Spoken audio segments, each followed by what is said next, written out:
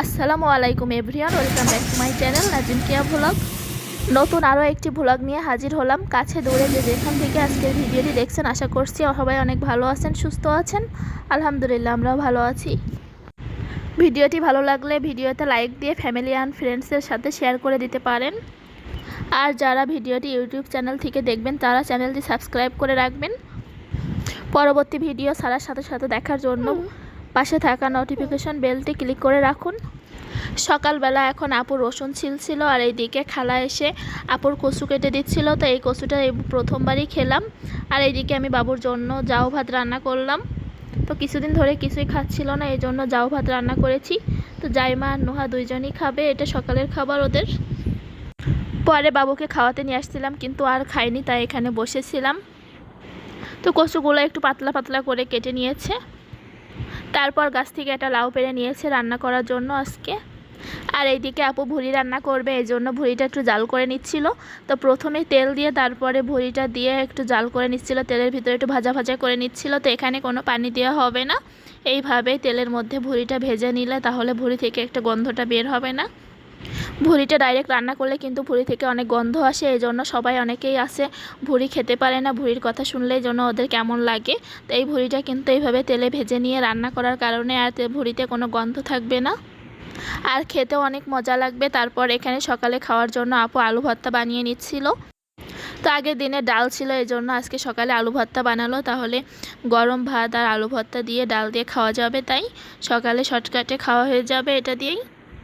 আলু ভর্তা ডাল দিয়ে ভাত কিন্তু আমার কাছে অনেক ভালো লাগে, আমার মেয়েও কিন্তু আলু ভর্তাটা পছন্দ করে, কিন্তু এখন জ্বর হওয়ার কারণে খাচ্ছিল না। তারপরেও আমি একটু আলু তারপরে পেঁয়াজ মরিচটা বাদ দিয়ে আমি একটু লবণ দিয়ে মাখিয়ে দিয়েছিলাম সরিষার তেল দিয়ে, তারপরে সে আর খায়নি।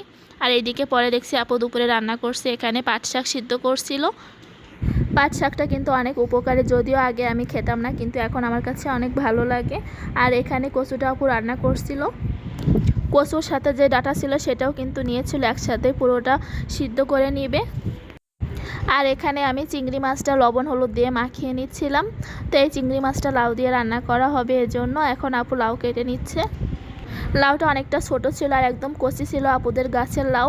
আর এখন যেহেতু অনেক তাঁত হচ্ছে, এজন্য লাউটা কিন্তু খুব বেশি বড় হচ্ছে না, ছোট থাকতে একটু বেশি বতি হয়ে যাচ্ছিল। লাউ কিন্তু আবার বেশি দিন রাখা যায় না, খুব তাড়াতাড়ি খেয়ে ফেলতে হয়। আর যদি কেটে রেখে দেওয়া হয় তাহলে কিন্তু বীজগুলো অনেক শক্ত হয়ে যায়, পরে সেই লাউ আর খেতে ভালো লাগে না। লাউ খুব তাড়াতাড়ি উঠে যায়, একদম কচি থাকতেই খেয়ে নিতে হয়। আর এইদিকে আপু এখন লেবু চিপে নিচ্ছিল, লেবু শরবত বানাবে এর জন্য। পরে আর চিনি ছিল না, সেটা মনে ছিল না, পরে লেবু চিপার পরে মনে পড়ছে যে চিনিটা শেষ হয়ে গিয়েছে, তাই আর বানানো হয়নি। আর এইদিকে আপু পাট শাকটা তেলের পরে দিয়ে নিয়েছে। তেলের ভিতরে বেশি করে শুকনো মরিচ আর পেঁয়াজ রসুন একটু ভালোভাবে ভেজে নিয়ে তারপরে সিদ্ধ করা পাট শাকগুলো এখানে দিয়ে দিল। তারপর পাট শাক রান্নাটা কিন্তু অনেক বেশি মজার হয়, আমার কাছে তো অনেক ভালো লাগে। আর এইদিকে লাউ চিংড়িটাও রান্না হয়ে গিয়েছে, তো কালারটা কিন্তু অনেক সুন্দর আসছিল, আর খেতেও কিন্তু অনেক মজা হয়েছিল। তো এখন তো অনেক গরম পড়ছে, গরমের মধ্যে তরকারিটা কিন্তু অনেক মজা লাগছিল। তারপরে রান্নার পাশাপাশি আপু এখানে সবার জন্য আম কেটে নিচ্ছিল, আমটাও খেতে কিন্তু ভালোই ছিল। আর এখন তো আম শেষে, তো আম তো আর কিছুদিনের মধ্যে শেষ হয়ে যাবে। এই বছর আমটা সব জায়গায় যেন কমই হয়েছে, আমাদের যশোর জেলায় তো আম তেমন দেখি না। আমাদের বাড়িতেও আমের অনেক গাছ আছে, কিন্তু আম তেমন হয়ইনি এবার, এই জন্য আমের দামটা এবার অনেক বেশি গিয়েছে। আর এখানে কিন্তু কচুর ঘন্টটা আপু তেলের ওপরে দিয়ে নিল। তো এখানে শুকনো মরিচ পেঁয়াজ আর রসুন দিয়ে তারপরে তেলের ওপরে দিয়েছিল। তো এই কচুটা খেতে কিন্তু অনেক মজার ছিল, আমি এই প্রথম আপুদের বাসায় এসেই খেলাম, আগে কোনোদিন খাইনি। এই কচুটা কিন্তু বাগানে এমনি হয়ে থাকে, কোনো যত্নই করতে হয় না। এই কচু থেকে কিন্তু লতিও হয়, আপনারা হয়তো অনেকেই জেনে থাকবেন। তারপর বিকালে বসে এখানে আমরা বেলকুনিতে আসছিলাম, তো ড্রাগন নিয়ে আসছি, এখানে বসে ড্রাগন খাবো তাই। তো আমি আর তোয়া আসছিলাম, এখানে ড্রাগনগুলো অনেকদিন ধরে ছিল, খাওয়া হচ্ছিল না, তাই আমরা বলছি নিয়ে আসো, আমরা তাহলে এখানে বসে। তো এখন আমরা যাচ্ছিলাম মোড়ে পেঁয়াজ আলুর চা বেগুন এগুলো কিনতে, আর এই মাঠে কিন্তু আমরা আগে বসেছি।